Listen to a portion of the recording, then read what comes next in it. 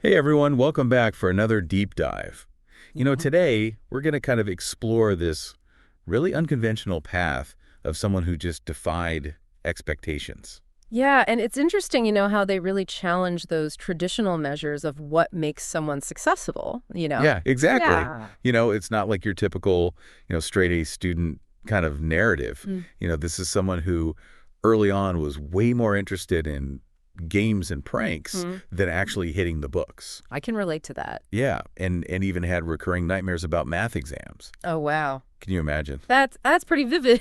Oh, But, I think this really highlights, how differently people learn. absolutely. Standardized tests and memorization aren't the only, measures of intelligence, right? Right. Some people just thrive in these like experiential hands-on environments, and that's totally fine. Exactly. And that's what's so interesting about this person is that, it's not just theoretical. We're talking about someone who would literally copy during exams, Yeah. only studied from leaked test papers, Really? even disrupted a whole class for a game of like core police, which is like a version of hide and seek. Oh, wow. So they were like an active participant in disrupting the flow. It Totally. sounds like they were actively resisting, the rigidity of formal education, Totally. almost intuitively seeking out more engaging ways to learn, I guess. Absolutely. And what I love too is this story of them collecting lunch money from classmates to buy movie tickets and being like, oh, I have to skip lunch. That's pretty clever, Right. and that entrepreneurial spirit,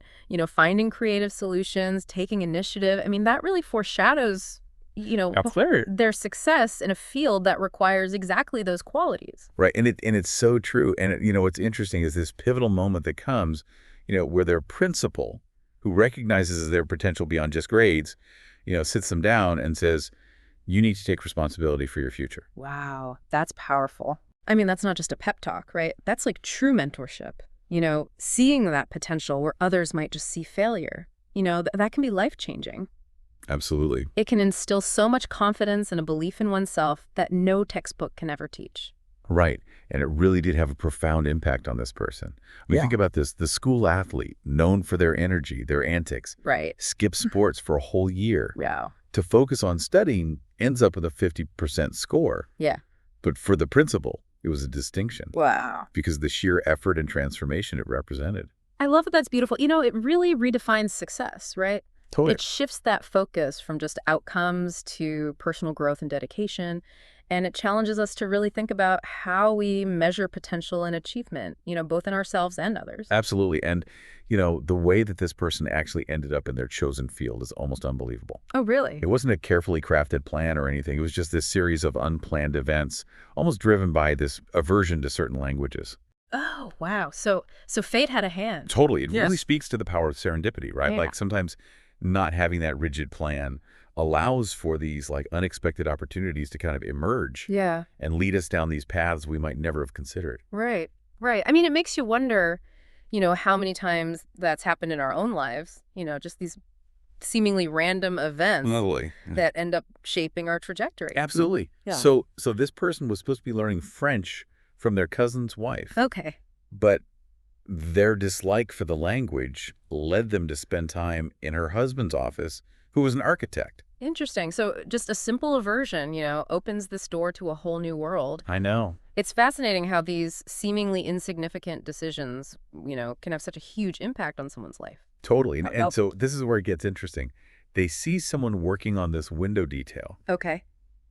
and they are so sure that it's wrong that they actually bet on it, Wow. and they win the bet. Wow. And so the cousin's husband is so impressed by their like spatial reasoning Right. that he asked them to try designing a house. Wow. So their talent just shines through, even without any formal training at that point. Totally. And the cousin's husband, convinced of their potential, urges them to pursue architecture. Okay. They even go to the college principal together, who is so intrigued by this story that he's like, okay, I'll give you a challenge. Yeah. Excel in this entrance exam or forget about admission. Wow. That's so cool. So again, we see the impact of someone believing in them, pushing them to prove themselves.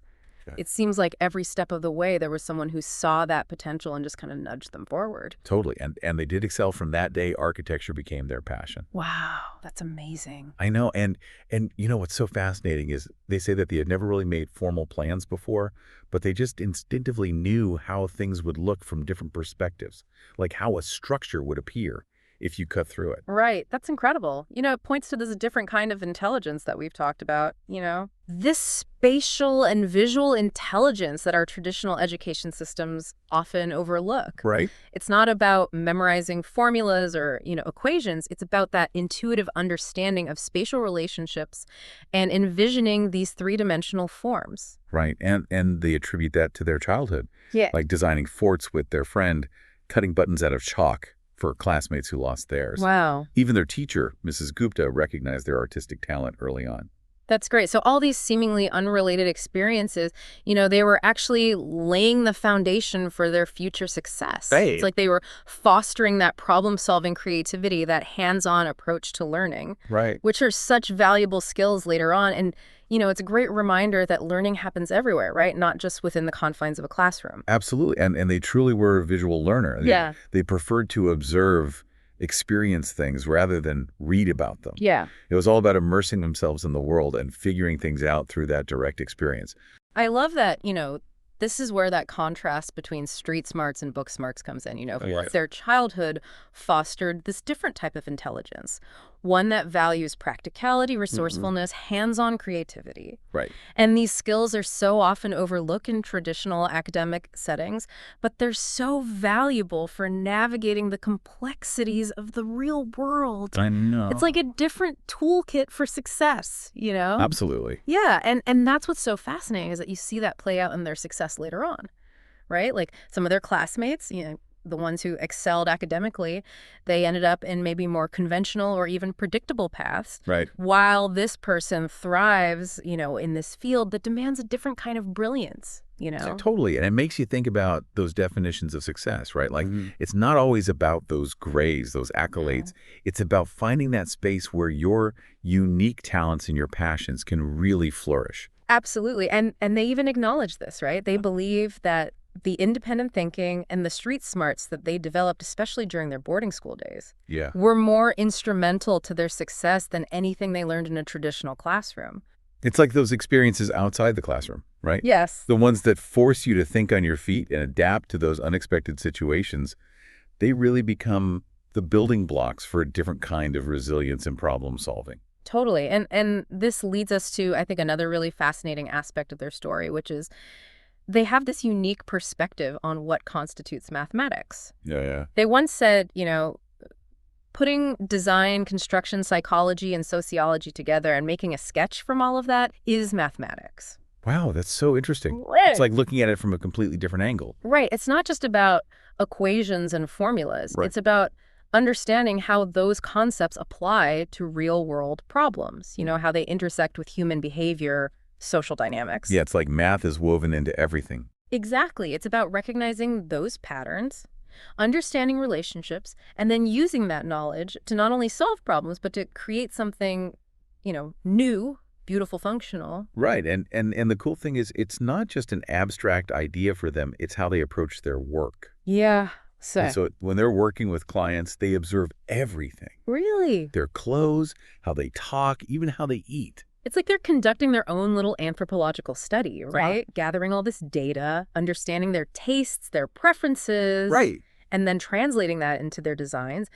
It speaks to a deep understanding of human psychology and how to kind of weave that into a creative process. Yeah, and here's the really amazing part. They make those initial design sketches right there on the spot. Wow. No lengthy calculations or anything. It's Wow. all instinct, like this flow of creativity channeled through years of experience and observation. That's the mark of a true master. Yeah. It's as if they've internalized, all those mathematical and design principles to the point where it's become second nature. Totally. They're not bound by rigid formulas, but guided by intuition and experience, which allows them to respond to each unique situation with a fresh perspective. It really makes you think about how we define intelligence and success, right? Yeah. It challenges us to look beyond those conventional metrics and appreciate the value of different learning styles and experiences. Absolutely. It's a powerful reminder that there are many paths to success, you know? Right. It's about finding what resonates with you, embracing those unconventional skills and experiences that shape who you are, Yeah. and trusting that those very things can lead you to some extraordinary places. I don't know about you, but I find it so inspiring Yeah. hearing about someone who defied those expectations and Yeah. and really carved out their own definition of success. Absolutely. It makes you wonder what unconventional skills or experiences have kind of shaped your own journey, right? Right. This is where the real learning begins, I think. It's not just about admiring someone else's achievements, but reflecting on our own paths, right? Right. Were there times, when you learned something incredibly valuable outside of a classroom, Totally. or you surprised yourself with your own resourcefulness or creativity? Yeah. I mean, those are the seeds of your own unique potential, right? Absolutely. Like maybe it was a hobby that taught you persistence or a challenge that forced you to think outside the box. Right. Those experiences might not fit neatly on a resume, Yeah, but they've really shaped who you are and how you approach the world. exactly. And recognizing those strengths, those unconventional skills, that's key to finding that real fulfillment. It's about connecting the dots between those seemingly, separate experiences Right. and seeing how they've contributed to your unique journey. Totally. And I think so often we're told to follow a specific path, Right. right? Fit into these predefined molds. Yeah. But this architect's story really reminds us that sometimes the most fulfilling journeys are the ones that we create ourselves, Absolutely. the ones that deviate from the norm. Yeah, and those journeys aren't always easy, right? Right. They require courage, resilience, a willingness to embrace the unknown. For sure. But, as we've seen, the rewards can be extraordinary. You might discover talents you never knew you had, Totally. or forge a path that's uniquely your own. It's about trusting your intuition, those street smarts you've developed along the way, Yes. and having the confidence to pursue those passions even if they don't fit those conventional expectations. Beautifully said. This whole deep dive has been about challenging those conventional notions of success and intelligence. Right. It's a call to embrace the unconventional, to celebrate those unique skills and experiences that make each of us who we are. I love that. So as we wrap up, here's a final thought. Instead of asking yourself, am I on the right path? Ask yourself, what unique path can I forge? Ooh, I like that. Embrace those unconventional aspects of yourself. You never know what amazing things you might create. Yeah, beautifully said. And remember, learning is a lifelong adventure. Stay curious, keep exploring, and never stop discovering the world with those fresh eyes. That's it for our deep dive today. We hope you've been inspired to rethink what success means to you and to embrace your own unconventional journey. Until next time.